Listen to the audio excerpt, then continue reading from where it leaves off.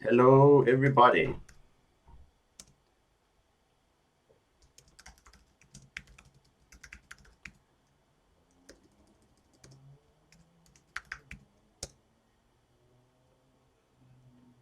This is an urgent update.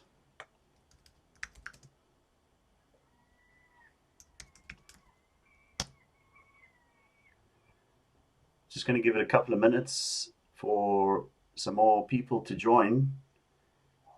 There have been some progress in the Israeli government.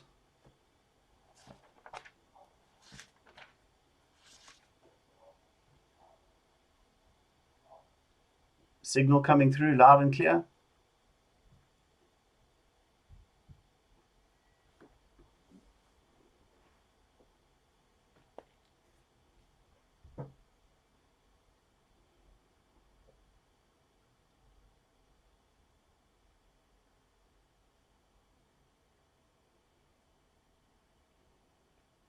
Thanks for joining, guys. I'm just going to give it a couple more minutes and then I will start. Where are you guys all from? Hey, Betty from Texas. David Thomas, Mark Anthony.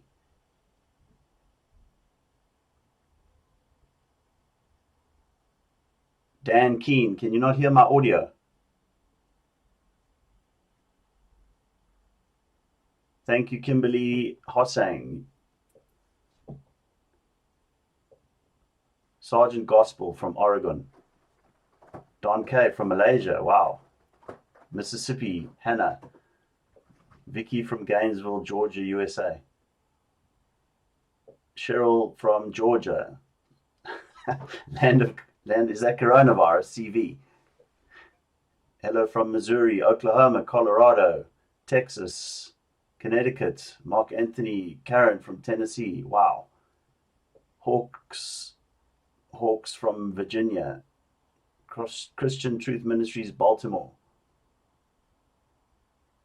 Jim Jackson, Indiana. Cross follower, Southwest Virginia. Dan, you have no audio, but others do. Heather Jacob from South Africa. Okay, cool, guys. I'm going to get started.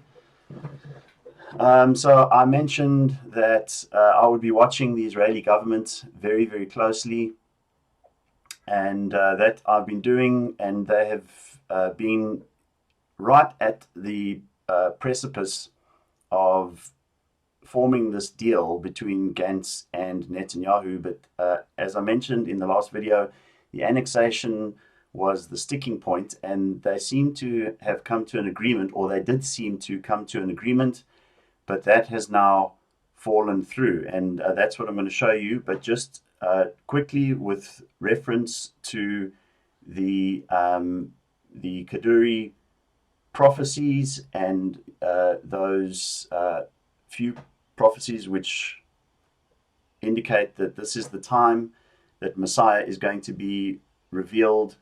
So Kaduri, as you can see this in front of you, met the Messiah on November the 4th, 2003.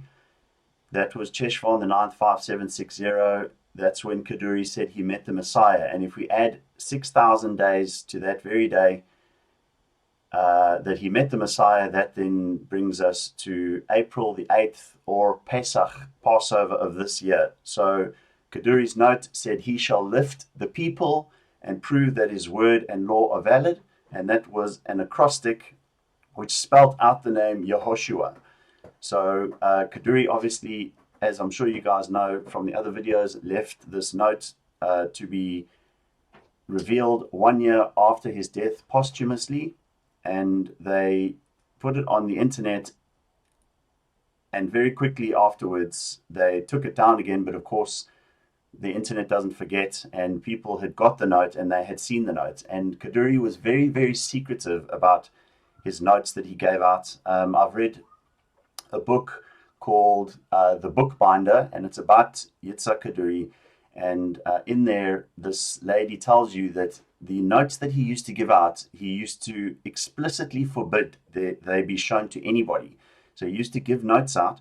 But on this occasion, this note, which he told his students to put on the internet, he wanted it to go to the world and public, because obviously he knew that the Jews would reject it, and his own son has said the note is a fraud, but nevertheless, nobody can stop what God has determined will be. So we know about this note.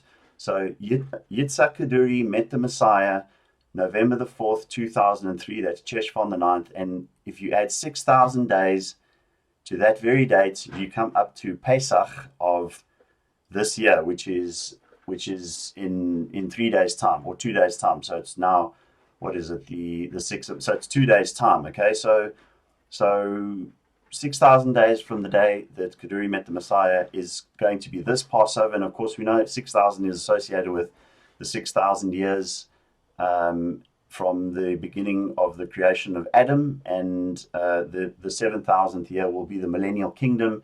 So we know that 6,000 is a profound number, and it lands exactly on that day. So let's just go through this. Let's just go through these prophecies again about no government in Israel. The first one is from Kaduri, written in 1979. So this was long before the note that he gave to his students in 2005, 2006 to be released. This is some 40 years ago. So on the eve of the year 5780, the year of corrections, there will not be a government in Israel for an extended period, and the various camps will quarrel much without a decision on either side. And then on Rosh Hashana, so Nisan itself, they will fight in heaven, the holy side against the side of evil, and God and his entourage will decide between them. And this is all I can say, and from here I swore not to reveal more secrets and hidden things. And that is Kaduri in 1979. Okay, then the second one, and this is the one which is more explicit and gives us more detail and builds on that.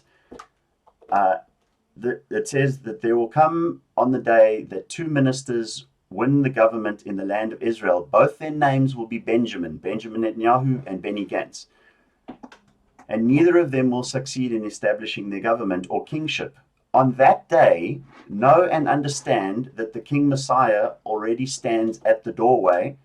And on the Sabbath afterwards, this is the important part, on the Sabbath afterwards, he will come and be revealed. Shoshani's statement continues, understand this and remember it. So that was the covenant of Persimmon Rabbi Shoshani, and these prophecies have been made public by people like Breaking Israel News and Times of Israel, and so we know that these prophecies exist because of the Jewish people. Okay, then the tractate Sanhedrin 98a, the disciples of Rabbi Joseph ben Kisma asked him, when will Messiah come?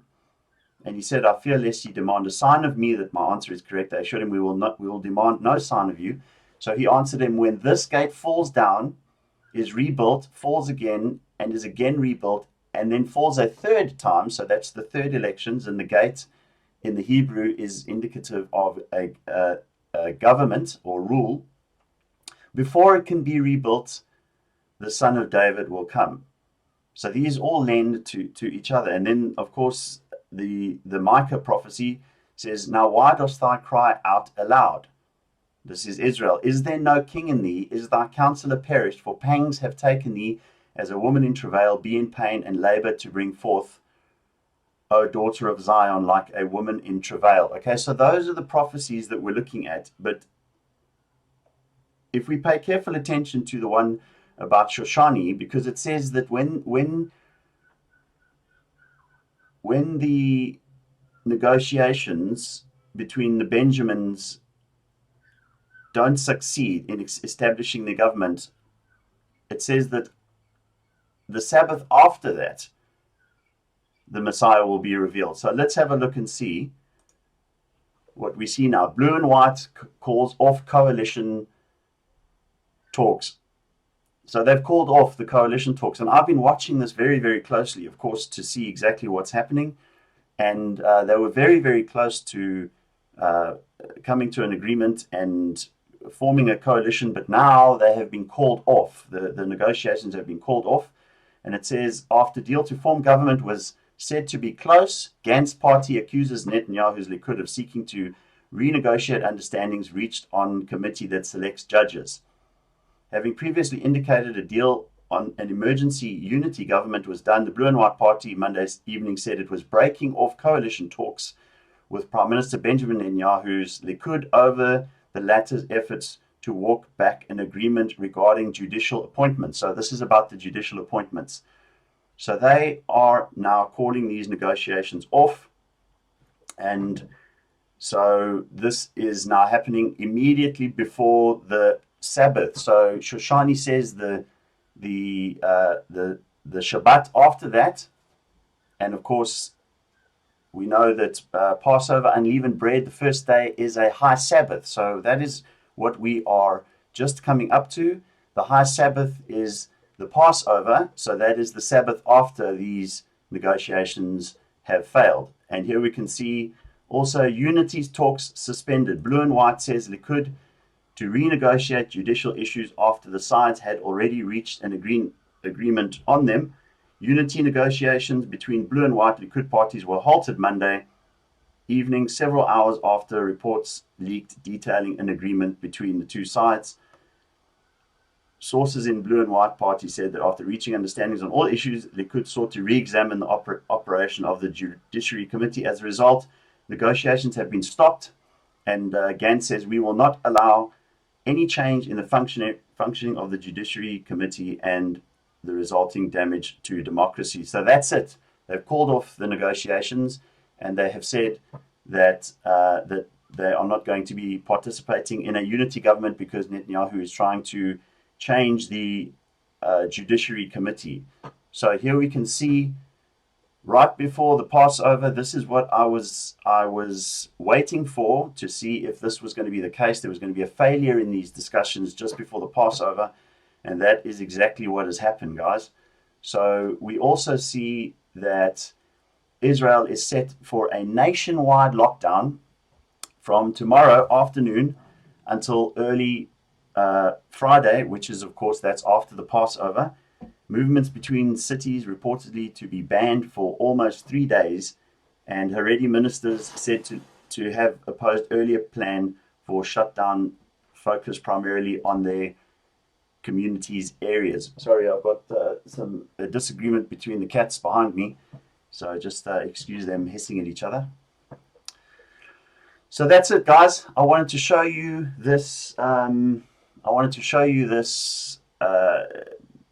What's just happened with the government in Israel and the prophecies, and this is the moment of truth that Kaduri's prophecy and Shoshani's prophecy are to be judged by, right? So this is it. So if it's not the Passover, then it can't. I don't see how it can be anything else, because they're talking about trying to form a government after the Passover. So I wanted to show you this. I want to recap the Kaduri prophecy and just go over it again. And remember that Kaduri met Messiah exactly 6,000 days before this Passover. And we can see that Israel is going to be locked down over this period. So I thought that was an urgent update. And I wanted to just go live and tell you that. So what I'll do...